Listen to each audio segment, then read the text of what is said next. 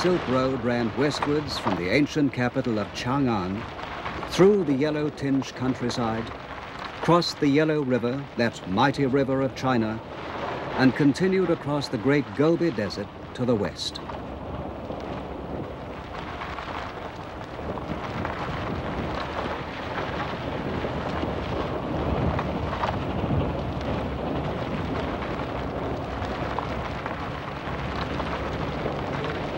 At the beginning of September, a combined television team from China and Japan left Xi'an, which was once the old capital, Chang'an, to cross the Yellow River.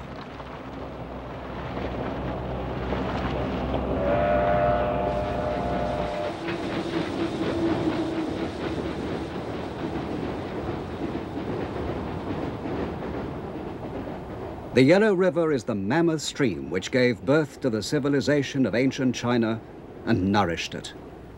Into the river filters the yellow silt of the plain it flows through. Everyone who travels the Silk Road must somewhere or other cross the Yellow River.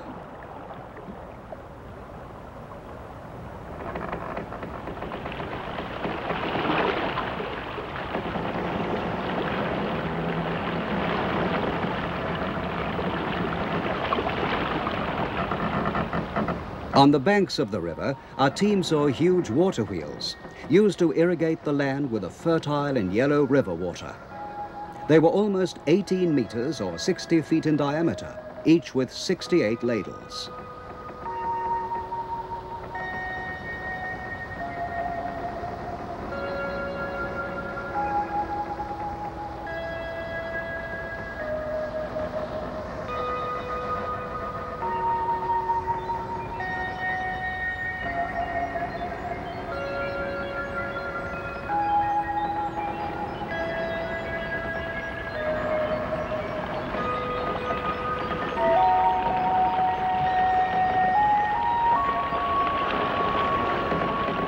No one really knows who invented this kind of water wheel, but there's a legend that many centuries ago, Prince Zuo Zongdao encouraged their use. They're still called Prince Zuo's wheels.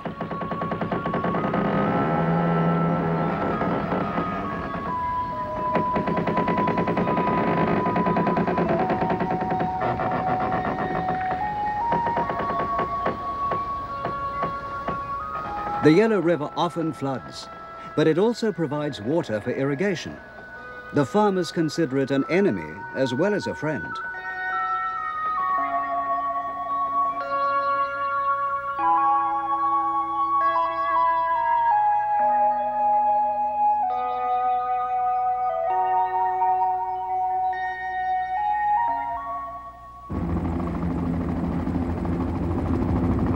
Here, alongside the Yellow River, is a city, Lanzhou.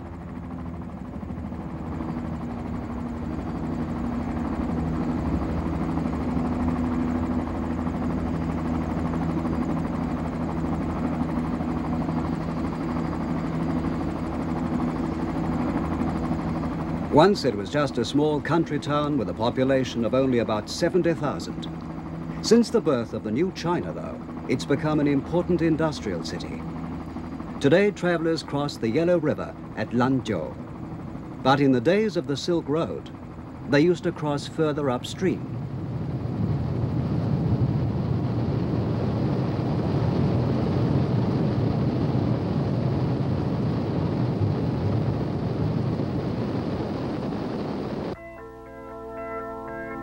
This is a strange sort of boat for crossing the river, Yangpi Fazu. It's a kind of raft made from inflated goat skins.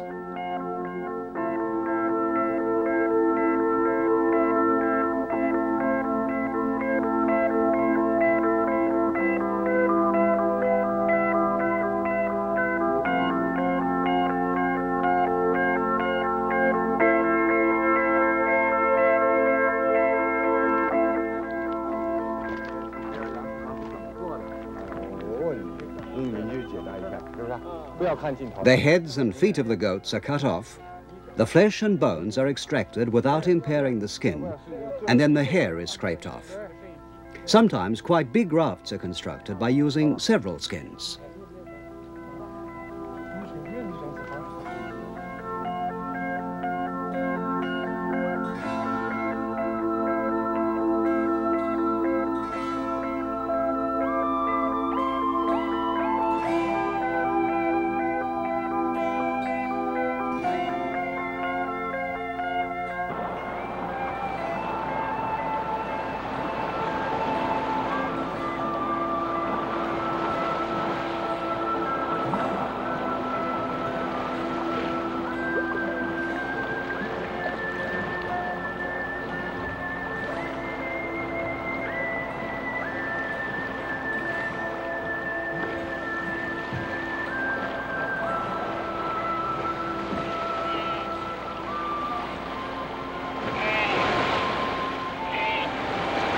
The really big rafts, made with many skins, are strong enough to carry oxen, horses, and even camels. The ancient travelers along the Silk Road must have used rafts something like these.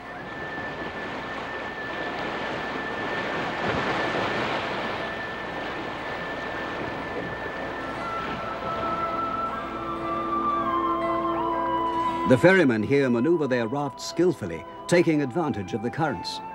They can even cross where there are rapids by steering diagonally. But where did travelers long ago cross the Yellow River?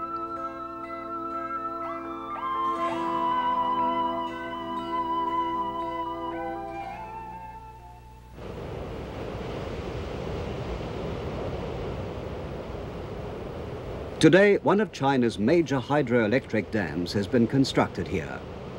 Liu Jiaxia Valley Dam took 15 years to build from 1958. Travelers on the Silk Road used to cross the Yellow River at a point far above this dam.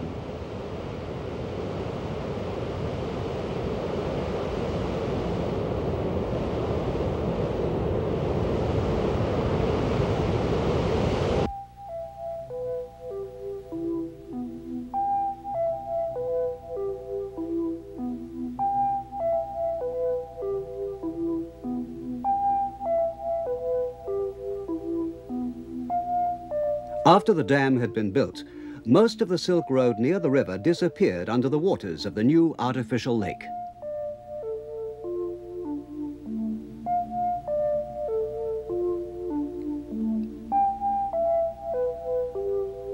We took a 3-hour boat ride to the old crossing place, Binglingsu. You can only visit this spot by boat for a short time in the autumn, when the water level is at its highest. It was the first time a television crew had ever been here.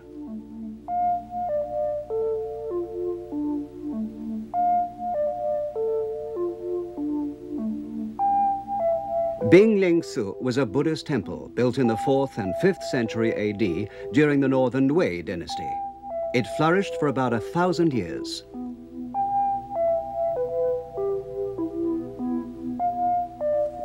A giant Buddha built during the Tang dynasty several hundred years later.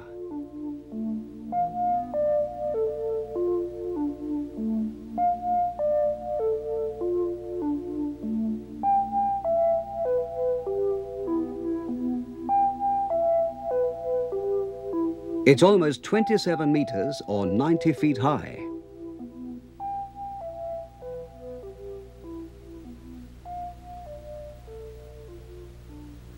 Around the giant Buddha on the cliff face, dozens of caves have been carved out, more than 180 of them altogether.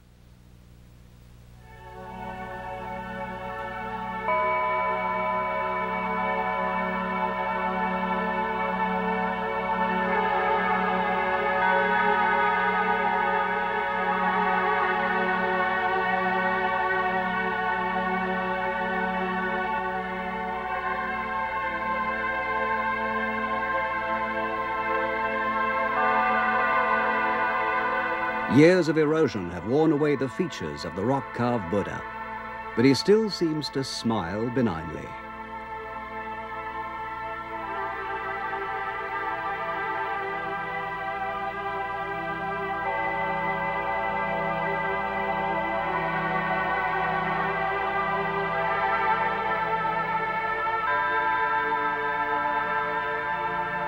He sits cross-legged, like most people of Asia still do. Buddhism, originating in India, went through various transformations during its journey along the Silk Road, according to the lifestyles of the different peoples.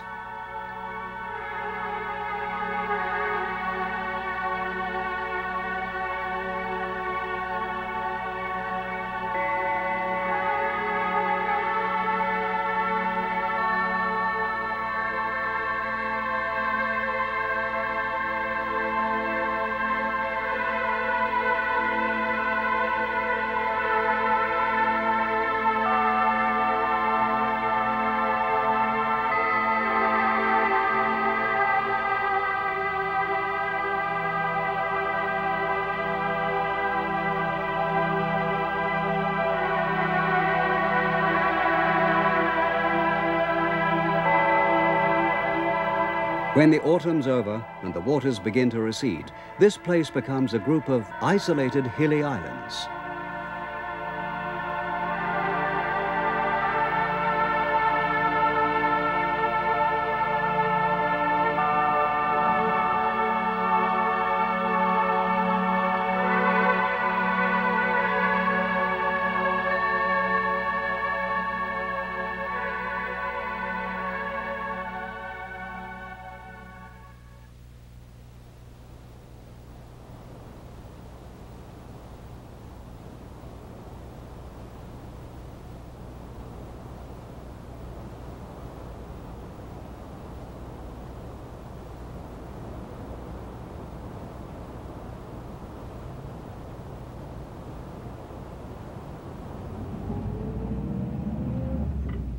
For 1,000 kilometers, or 600 miles westward from the Yellow River, the Silk Road passed along a narrow defile between the Qilian Mountains and the Gobi Desert.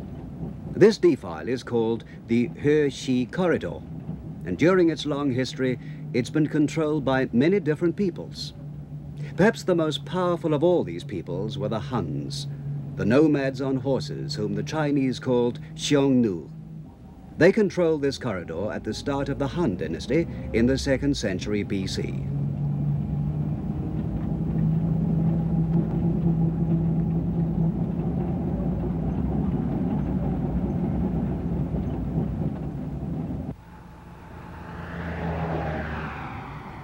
Today, all you can see in the Great Gobi Desert are rocks and bare earth. But in those days, it was the scene of many fierce battles between the Chinese and the Huns. Battles for control of the Silk Road and of the precious goods that passed along it.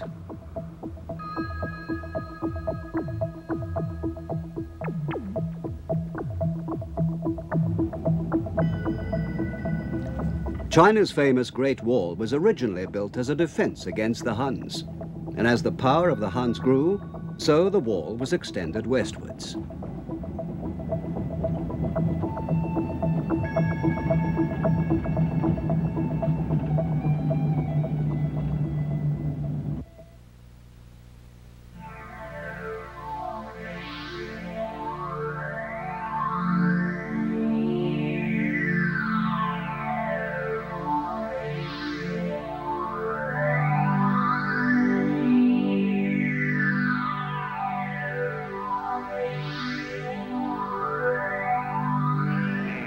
Even on a military campaign, the Huns for food depended on the great herds of goats which they always took with them.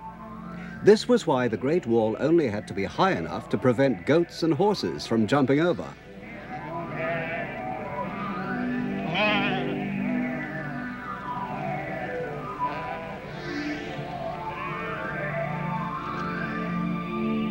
The Chinese finally managed to get control of the whole of the He Corridor during the reign of the Han Emperor Wu Di.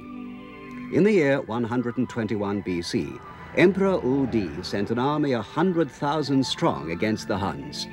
In one battle, the Chinese took 150,000 Han prisoners.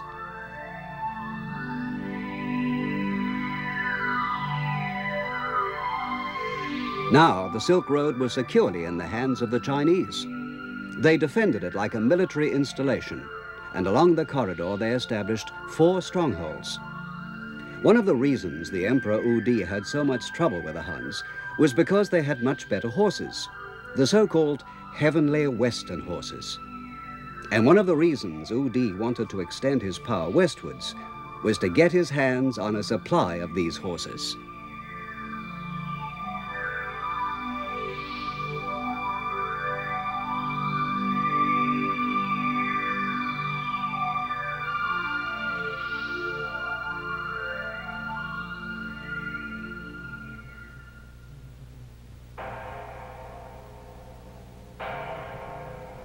"280 kilometers, or 180 miles, west of Lanzhou is the town of Wuwei, the first and biggest of the 4 Chinese strongholds in the He Corridor.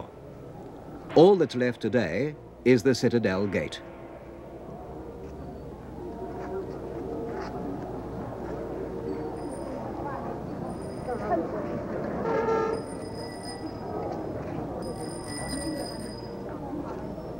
Recent excavations have brought to light an object which gives us an idea of how obsessed Emperor Wu Di was about obtaining those horses. It was unearthed in 1960, when relations between China and the Soviet Union began to deteriorate.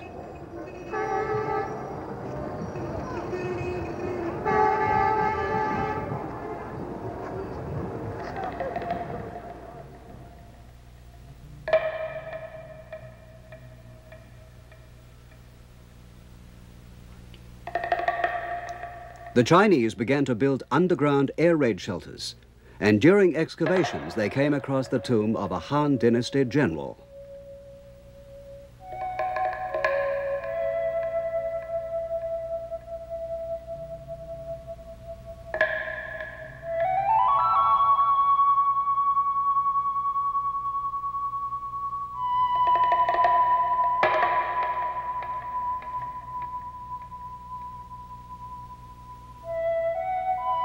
Inside the tomb, this wonderful bronze statuette of a horse was found.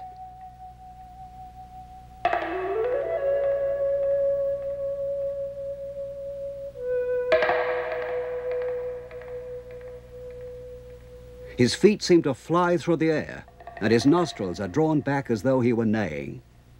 One of his hooves is treading on a swallow. The message is easy to read. Here was a horse that could gallop faster than the flight of the swallow. This was the kind of horse that rulers of those days dreamed about.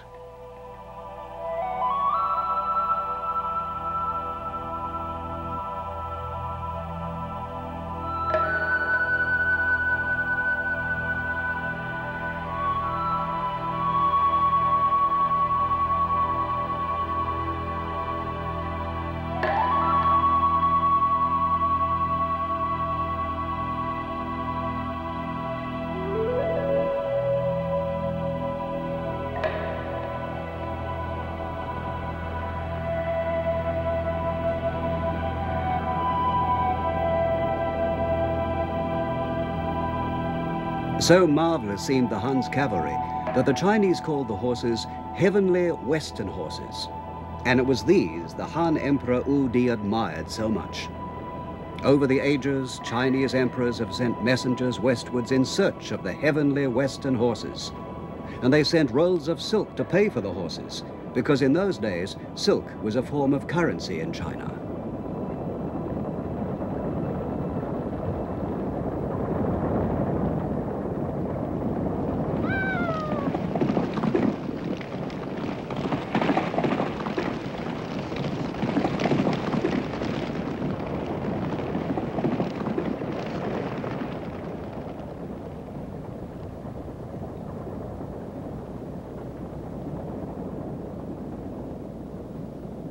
Today, the Chinese army still gets horses from the Shandan pastures in the Qilian Mountains. Horses descended from the ancient heavenly horses are still bred here, and the pastures have a continuous history of 1,300 years. When these pastures were established during the Sui dynasty in the 6th century AD, a herd of 100,000 horses grazed on them. The modern horses have been interbred with smaller but tough Mongolian ponies, and with the big Kazakh horses, and today there's a herd of 200,000 in Shandan.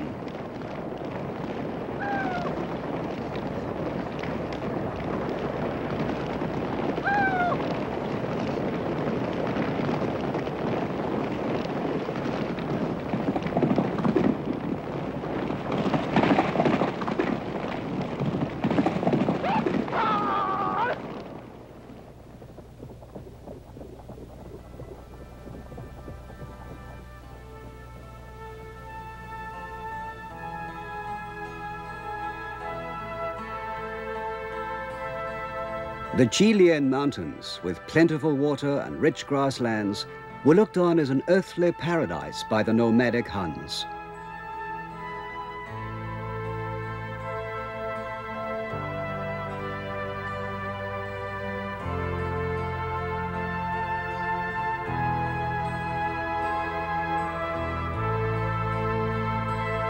They came from the Yanji Mountains, which were also called the Rouge Mountains.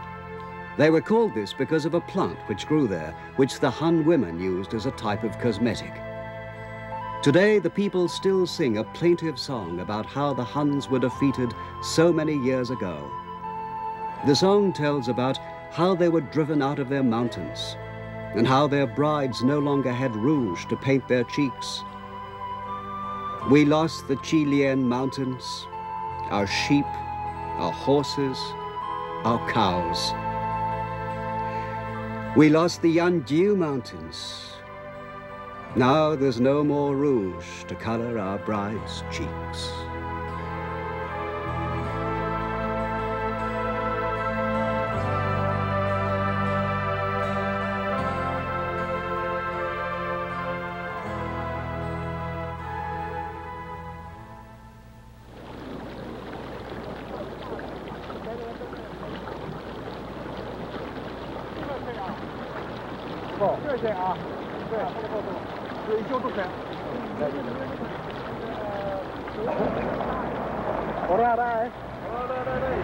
The rivers that flow through the Gobi Desert run in many channels which look like tangled threads, and they often change course.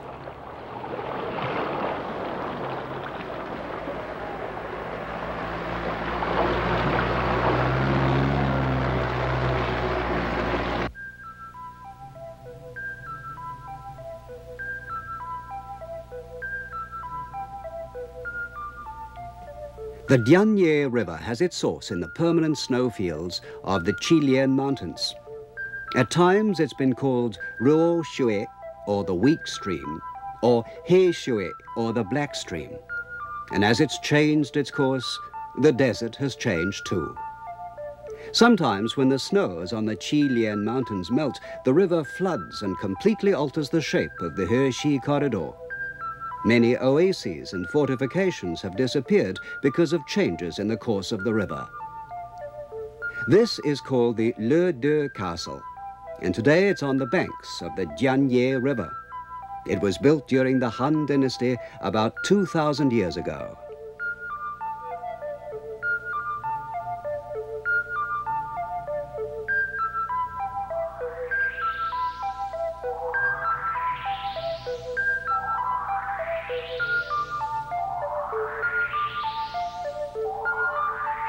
But no one knows who built it or when it was destroyed. Some people say it was destroyed in a mighty flood, and some say it was conquered by the great Mongolian ruler Genghis Khan.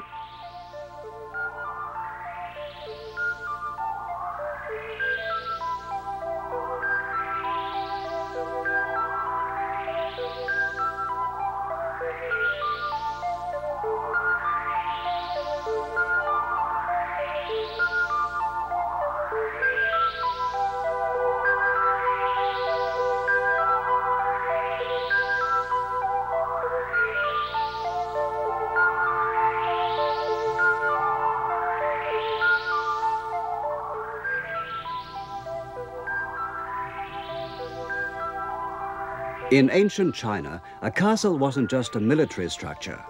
It provided shelter for an entire town, like a European walled city. Soldiers, merchants, and craftsmen all lived together within its walls. Perhaps among the merchants who lived here, there were some with blue eyes, traders from the West.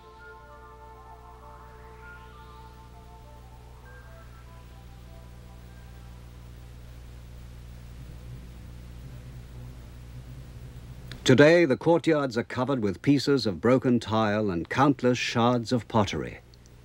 Many of the pieces can be identified, and the oldest ones date from the Han Dynasty 2,000 years ago. Even the most recent date back as far as 1,000 years ago.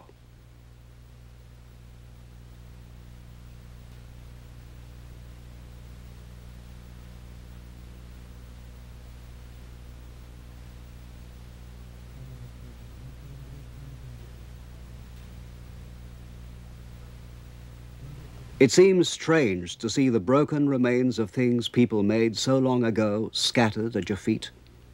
They say you can never guess what you'll find if you dig deep enough.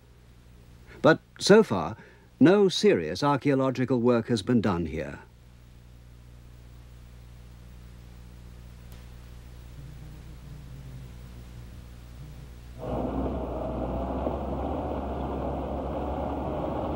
Once we were in the desert, it seemed as if we'd never see another town. In the old days, the camel caravans traveled from oasis to oasis in about half a day. A caravan could travel about 40 kilometers or 25 miles a day. So the oases must have been about 20 kilometers or 12 miles apart.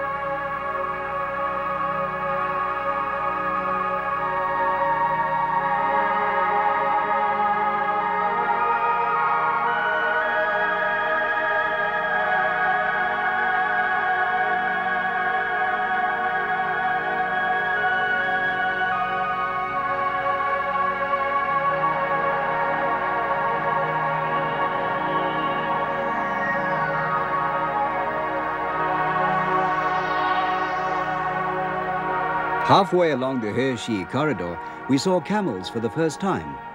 From this point westwards, the camel is an essential part of the lives of the people.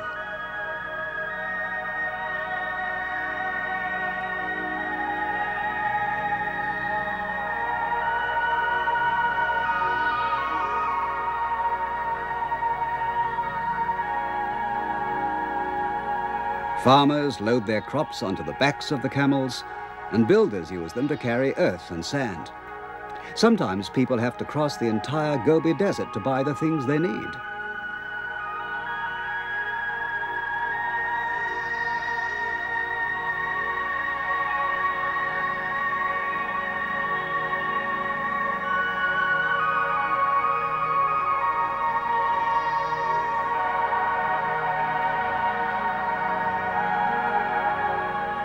Here's one of the oases. It's mid-afternoon, so most of the grown-ups are sleeping, and the only voices you can hear are those of children.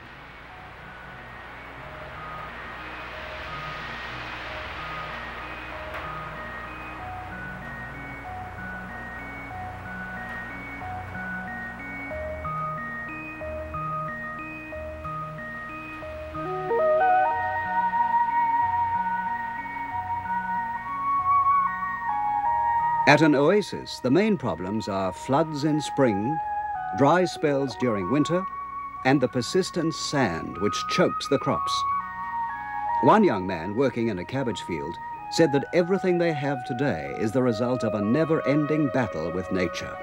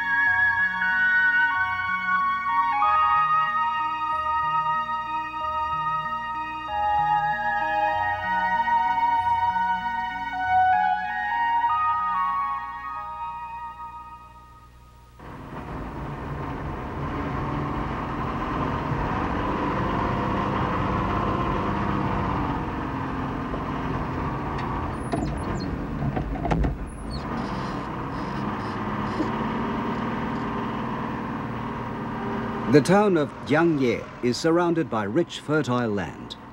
It's the biggest oasis town in the whole of the Heshi corridor. One of those 4 Han Dynasty strongholds was here, the second largest of the 4. This town was a great center of trade and barter for goods from the west and the east. During the various Chinese dynasties, officials were sent here from the capital to take control of the markets, and many merchants from the west used to gather here. In the 7th century AD, during the Sui dynasty, we know from records that merchants from no less than 27 countries were invited to Jiangye for what we'd call today an international trade conference.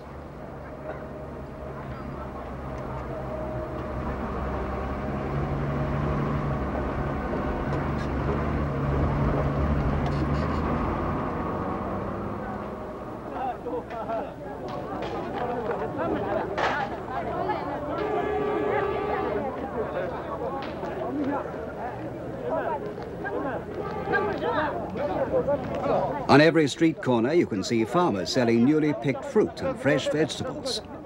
In this town, everybody's allowed to sell his produce just as he pleases.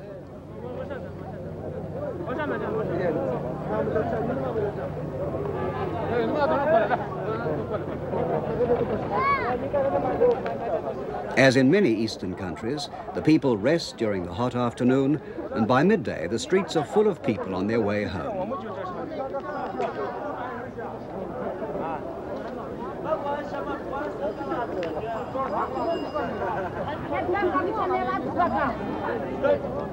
Here are green peppers and tomatoes, which were introduced by merchants from the west.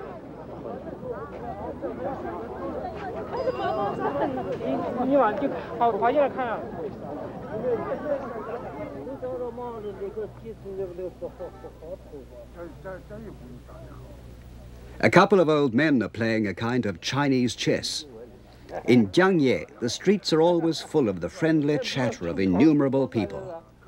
It's a pleasant place to come to when you've been traveling across the desert.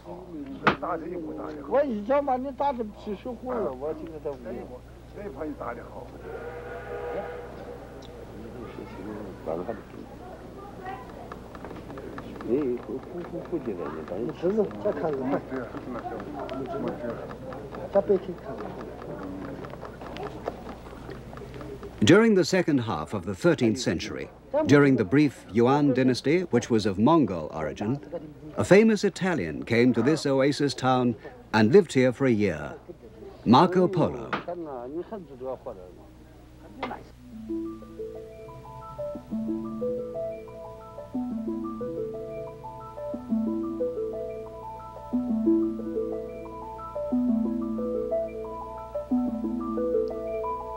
Marco Polo had arrived from the Pamirs via the Heshi corridor, and he wrote about Jiangye in his diary.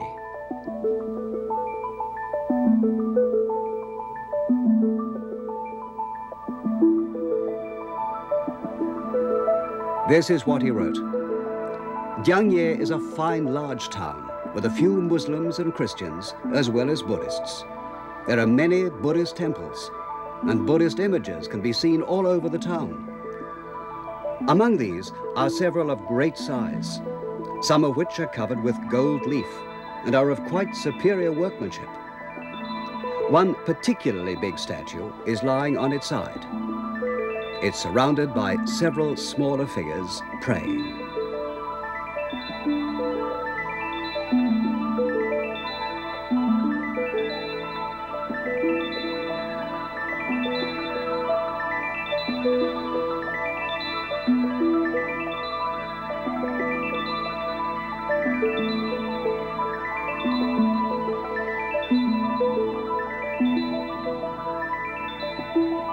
Marco Polo was talking about the Pan Buddha, which still exists today. It's more than 35 meters or 100 feet long and was made in the year 1098. So it was already more than 200 years old when Marco Polo saw it.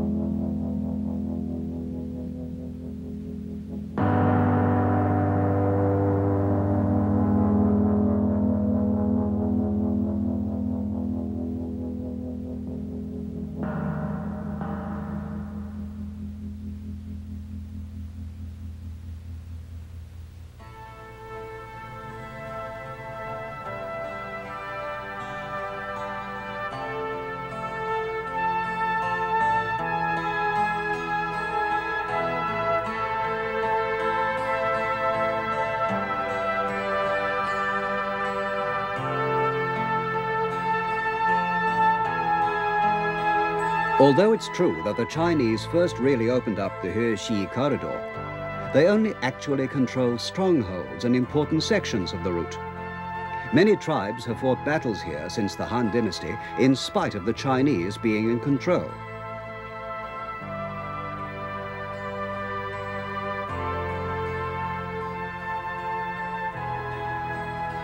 The merchants from the west came through here with their camels on their way to Chang'an, and most of them were members of small tribes from Central Asia.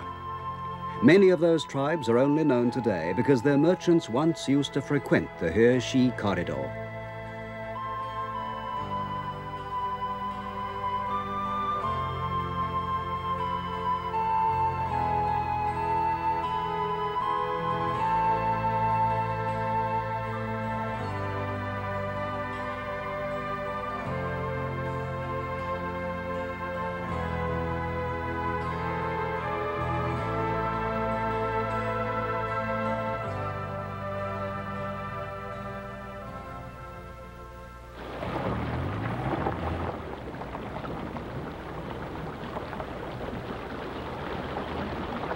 We went up into the Qilian Mountains to look for evidence of some of the old tribes.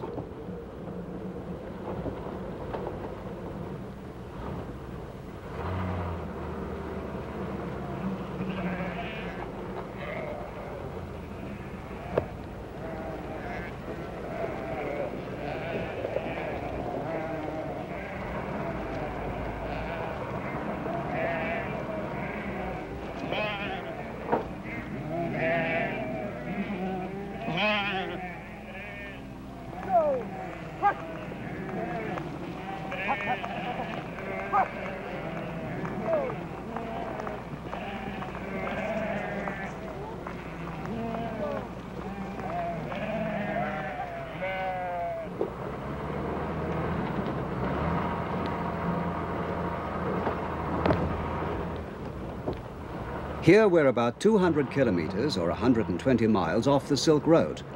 And in these foothills, a number of nomadic people are still living. They include Uighur and Hui tribesmen, Tibetans and Manchus. We often saw people on the move with their tents carried on the backs of their yaks, followed by herds of goats.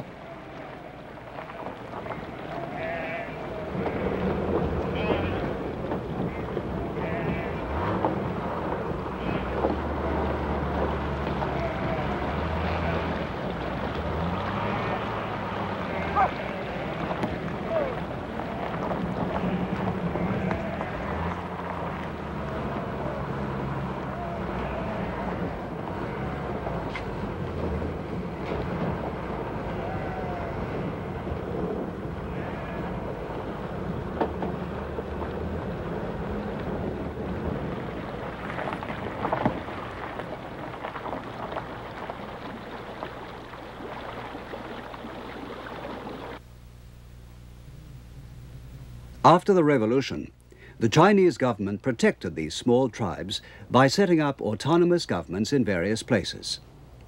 We visited the Sunan Uighur Autonomous Region, which is almost 3,000 meters or 10,000 feet above sea level.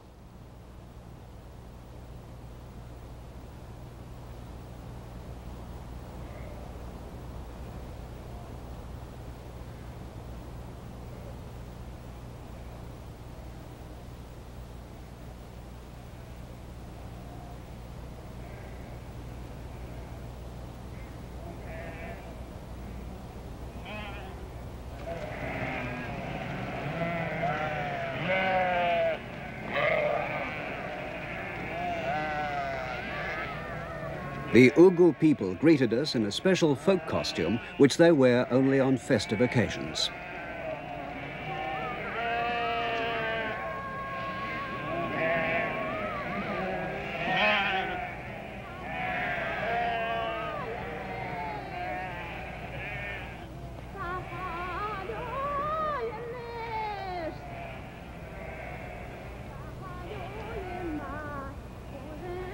In their own language, the Uighur people call themselves Uyghurs.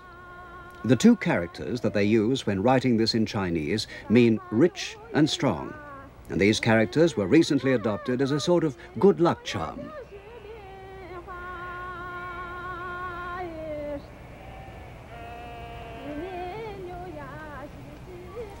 The clothing of the Uyghur people is rather like that in Tibet, but their features are more like Mongolians. They speak the Uyghur language, and their religion is Lamaistic Buddhism, like the Tibetans. But there are no records to suggest which of the ancient Silk Road tribes they're descended from. The tribe has no writing system of its own, but today the young people are studying Chinese, including Chinese characters, and many of them have adopted Chinese names.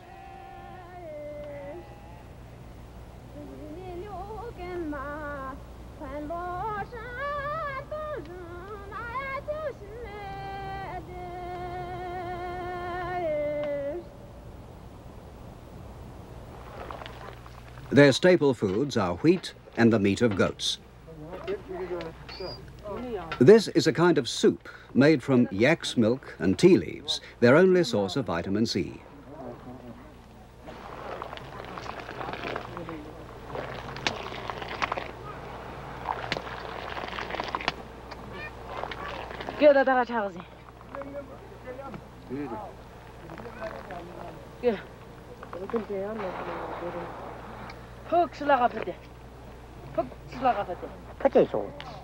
When the winter snows start in October, the people would abandon their nomadic life for the year and come down from the mountains.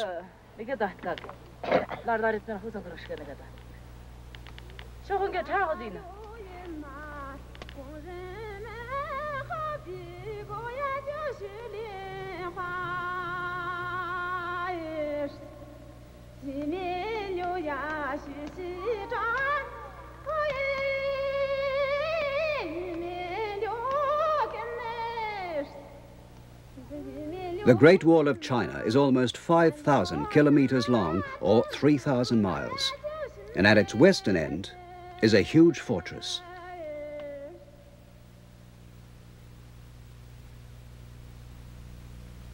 This castle, Jiayu was built in the 14th century during the Ming dynasty. A unit of about 300 soldiers was stationed here to guard the country from invasion from the west.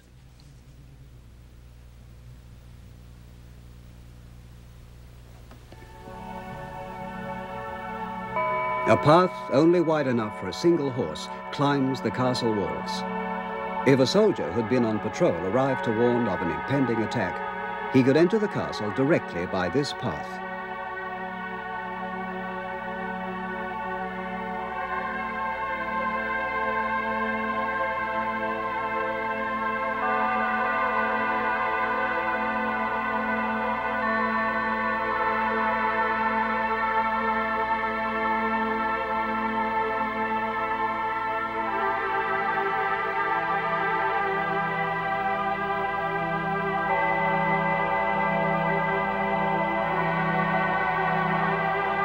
It was a lonely life for the soldiers, far from their homes and families. When they left for the battle, they'd throw a stone under the gate of the castle. If the sound of the stone echoed back with a hollow ring, the soldiers believed that they too would return safely to the fort.